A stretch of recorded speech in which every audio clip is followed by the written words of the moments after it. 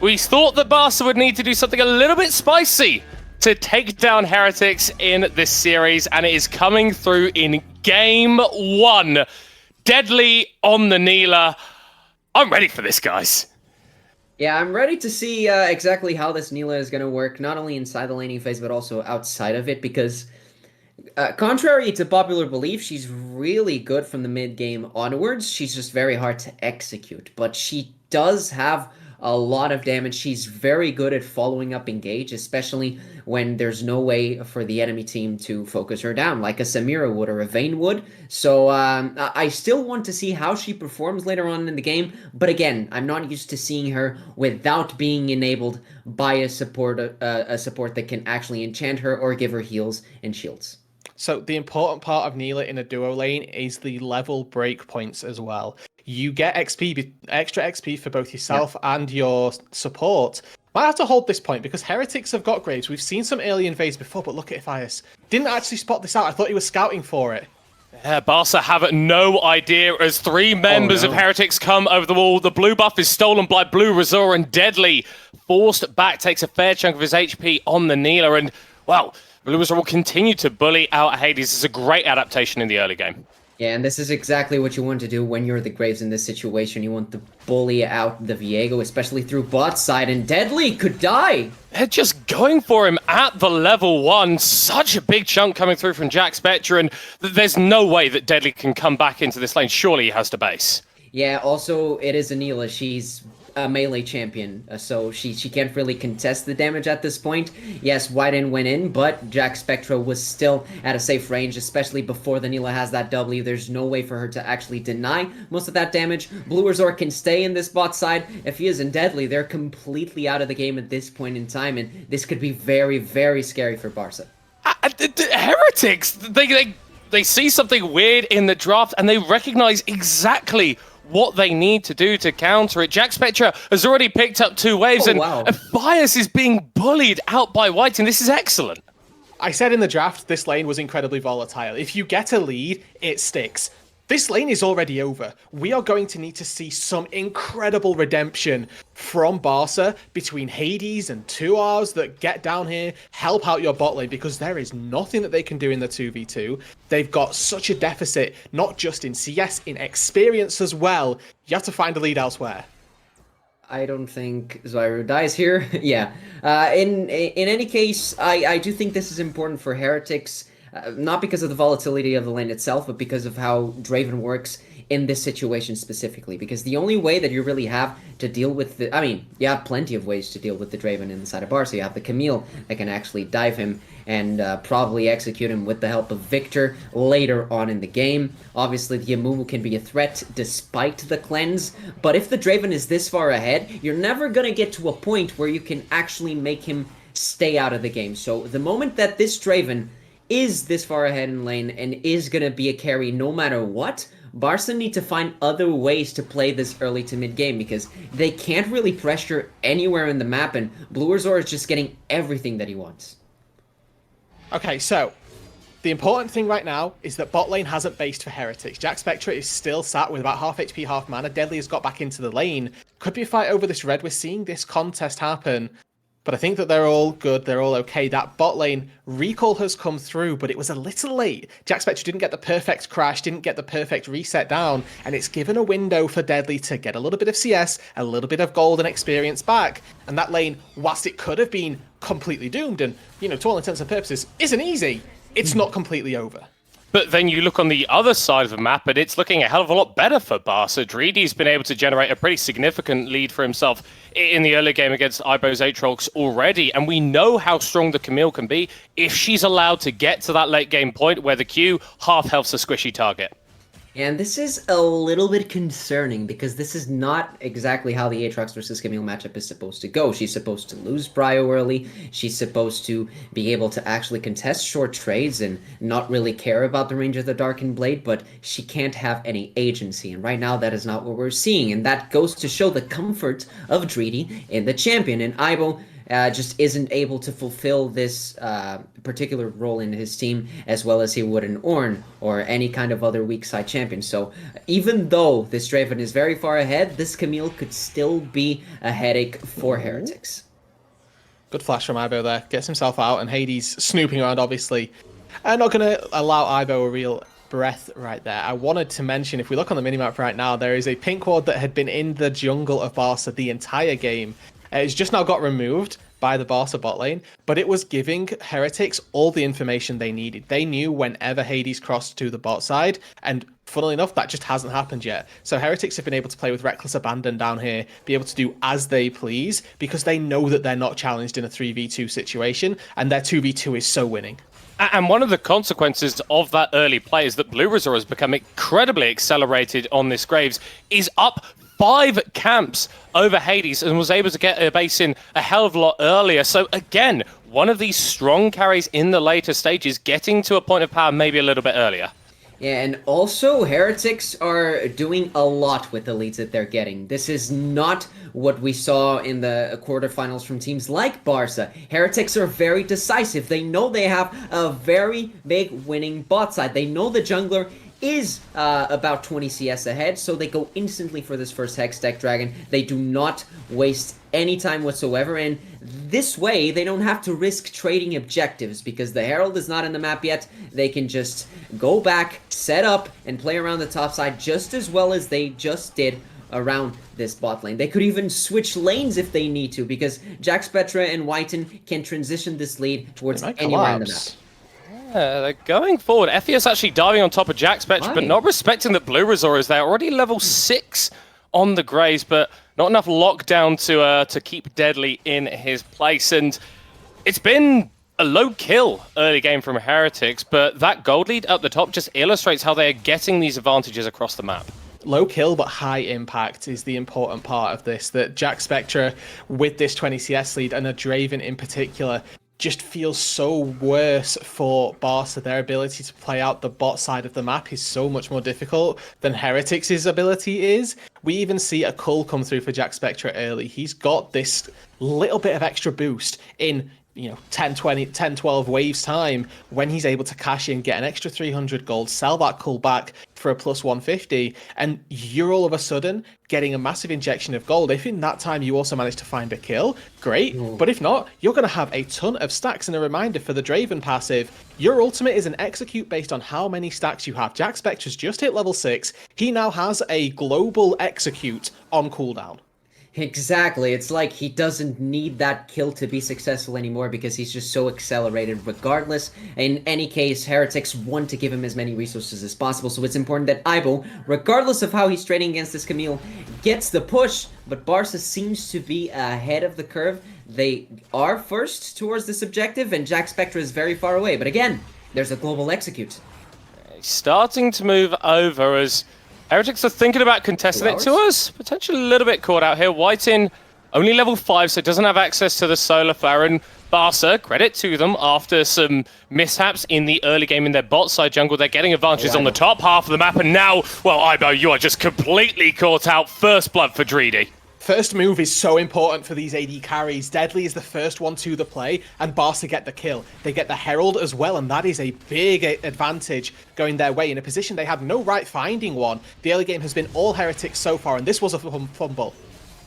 Blue Resort is diving on top of Hades, who can over the wall, but straight into White in the dash forward, and second kill of the game goes in favor of Heretics. Dreedy not really under threat.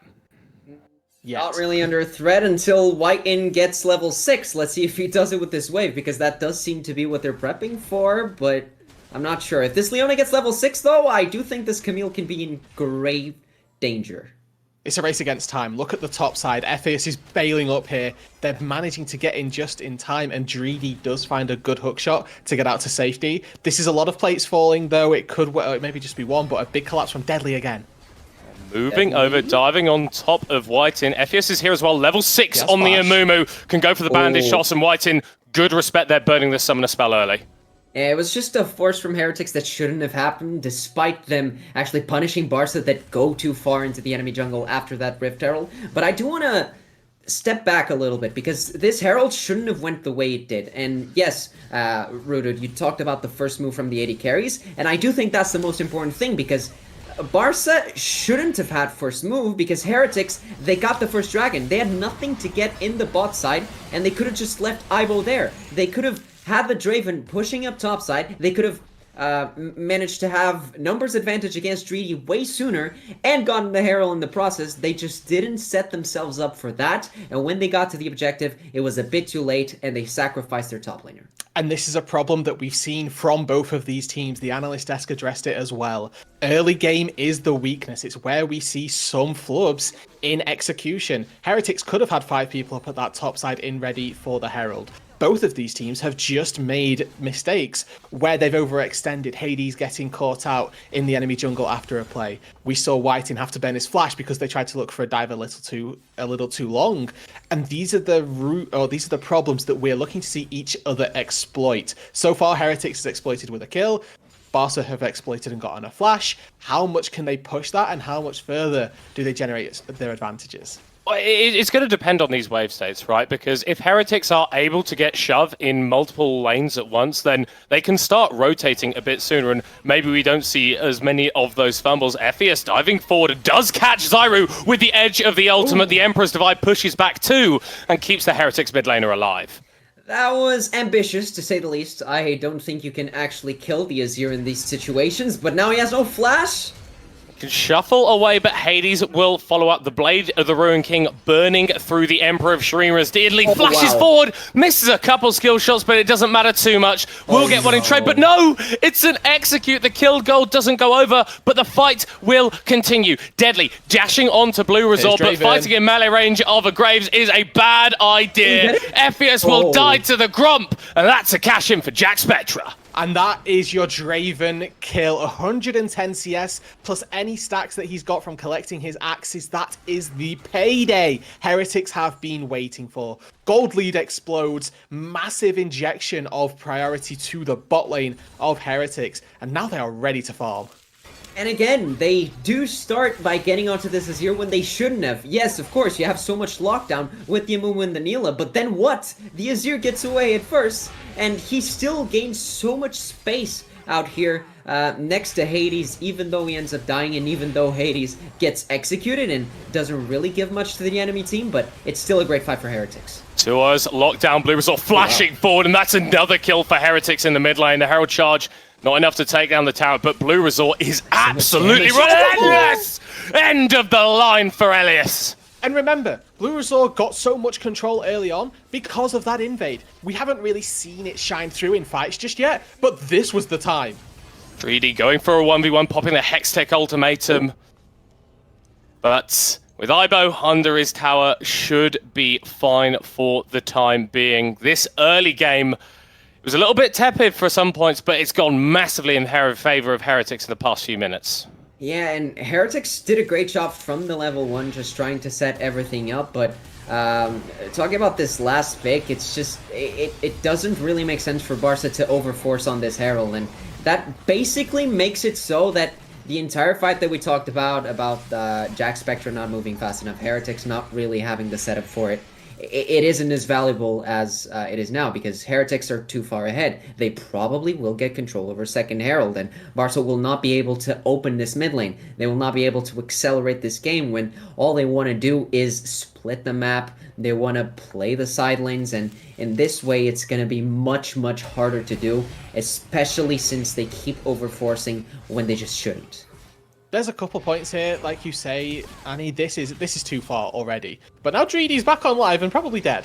Yeah, no flash for the Camille, and Blue Resort wants to pick up his 4th kill of the game. Whirling Death will go wide, not quite securing the execute, but there we go. Another one for the Heretics jungler. This guy is on fire.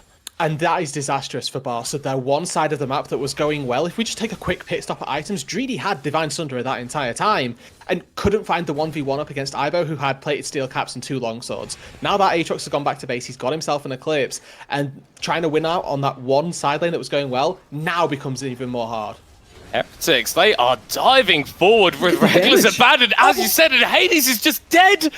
nowhere to go for the Viego, and now Tuos is going to be chased down as well. This is going from bad to worse. A double for Jack Spectra, finally taken out, but his opposite number and the support may just die as well. Heretics are running the game.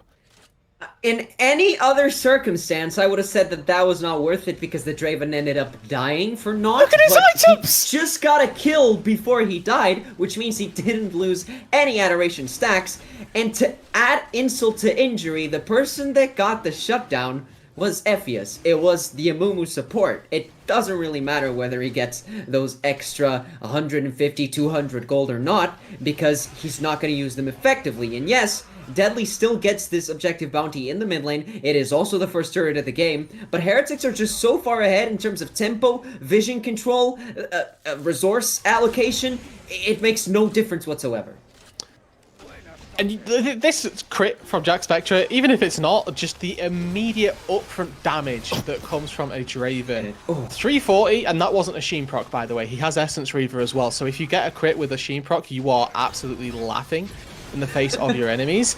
This is just absolutely devastating to watch for Barca. It is not what you want to see. And Annie, you mentioned the mid-tier 1 falling, and I got to credit my boy Rafa here. There's a reason that these have actually different names, and that's pity prizes. Because that mid-tier 1 is exactly that. That is the small scrap of joy that you can cling on to while there is an AD carry, a Draven of all ADCs, that is absolutely destroying your team.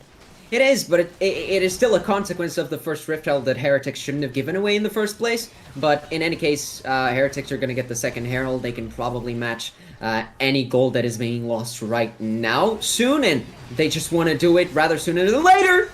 Yeah, Barca trying to set up a bush camp, but you just don't win, guys. Another kill for Jack Spectra. How many times are we going to say that this game? How many times are we going to say that this series? Heretics well and truly looking like the Summer EU Masters champions. It's genuinely going to be a question of who can KS Jack Spectra, not can, but also win any fights.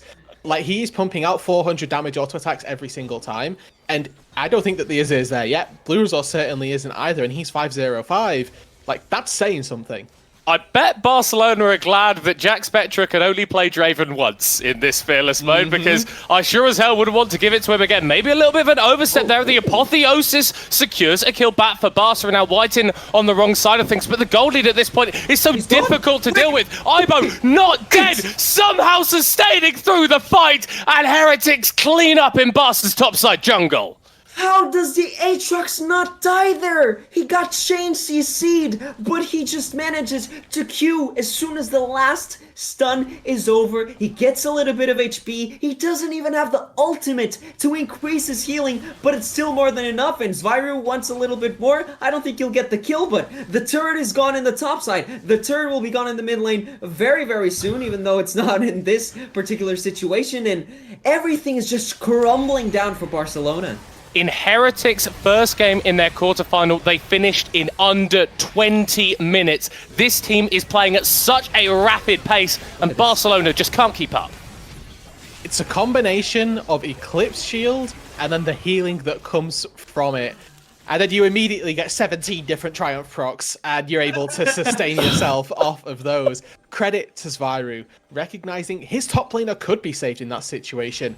Even when their AD carry has died, that is the X factor that you get with this Heretics roster. They know the capabilities of their champions, even when they're allegedly playing as the Robin figure, not Batman this game. The solo lanes come alive when they need to, and keep this game so very entertaining. Yeah, and first and foremost, they trust each other, and that is very, very important, because there's no way that I saw that Ibo teleport and I was thinking, okay, Heretics turned this. No, I just thought Ibo was gonna die for nothing. But that was not the case, because Heretics actually recognized, okay, this is an Aatrox. He's an Eclipse. He can survive for long enough for me to dish out the damage. And Blue Resort, he was also an insurance. He was also very close to this particular team fight, so they knew they could turn regardless of the situation. I mean, what can you do now if you're Barca? Deadly will burn down to the Ignite. He stays alive, but does it really count when you're forced back to your base? Your inhib tower is being focused at barely 90 minutes into the game. Ibo absolutely done with being a side character in this game. He goes forward relentlessly. Maybe a little bit too much, but Heretics can take out the inhib. And Whiting's HP is just the perfect summation of how this game has gone for Barca. They dive between two Nexus turrets, pick themselves up, no kills, but they managed to survive. Double TP behind, HP bars are low. We are going for a Hail Mary. Barcelona, they need, well, they don't just need this, they need a hell of a lot more than this to get back into the game, but the gold lead for Heretics is just so disgusting at this point that you can barely contest there.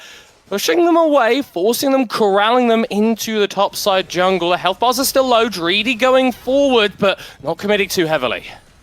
I don't think Barca can actually fight this. They're just trying to use their range in some sort of way to make Heretics not get the Baron right away, and I don't know if the Camille wins this. Maybe with the... okay. With the Cho'Gath ult, she definitely wins. Yeah, 2 damage is a little bit good, actually. Yeah, Jack Spectra potentially caught out it, but no, he kills Hades. The God of Death will die. The flashback keeps the Draven alive, and now Dreedy has overstepped his bounds. Zvybo will chase him down with the soldiers. A couple more hits will do it. Again, it's Heretics dominating in the topside jungle, as we've seen from them this entire game. Yeah, I feel like at this point we could create a soundboard of Middlecop for the rest of the series, and we just keep pushing the buttons of him saying Jack Spectra killed somebody. This is absolute flawless play. The cleanse immediately gets rid of the Igniter, the CC as well. They turn their attention to the Baron. This is, you know, the shelf life of a Baron when Heretics are in the game. Just so very small. Yeah, the Baron was going to get killed anyways, and that is why Barca actually went into the first place. They didn't want Heretics to just kill Baron on spawn, so that they were just trying to delay the recalls, but even then, you need to respect the damage on this Draven. He's 3.5 items 20 minutes into the game. It's completely unfair. 2 hours had to buy an elixir of sorcery already, and he's barely past 1 item. It's just completely unfair how much Barca doesn't want to be in this game state at this point, and it doesn't matter whether there's a soul being contested or not. Heretics can just clean house at this point. So, One Ring, 3-2 to Barca? That prediction is not looking great right now. But we do need to say Heretics have had fast games ones before that have looked incredibly dominant. Their game versus G2 Academy obviously ending pre-20 minutes, but the second game of that series took a hell of a lot longer to close out. So Barca, they're not out of the series, but this is not the way that you want to be starting. And this game at this point, unfortunately, does feel like a formality. They got an inhibitor before the Baron. That is not something that you tend to see in traditional games of League. And they're just so happy to batter down every single turret, every single inhib that they can get their hands on. There is a Camille who's now just recalled, and I don't know if her presence changes anything. Might do 2 items. Those Qs do hurt, but there's a hell of a lot more damage that is going to be going into your face. Nexus Tower Numb being focused down on Heretics. They're just looking for someone to overstep. Yeah, they can play around cooldowns, play around Sheen procs to take down this turret. Double cannon as well. Yes. Ephius diving forward, but the Amumu is just irrelevant here. Killed and dead already. Deadly, well, he's dead on the backline, and Barca forced back 2 off the table. Heretics looking for the end. Heretics are just too dominant, and yes, you said that we are not used to seeing inhibitors before Baron, but it's Heretics, baby. They will not forgive, and they will not let you forget. Complete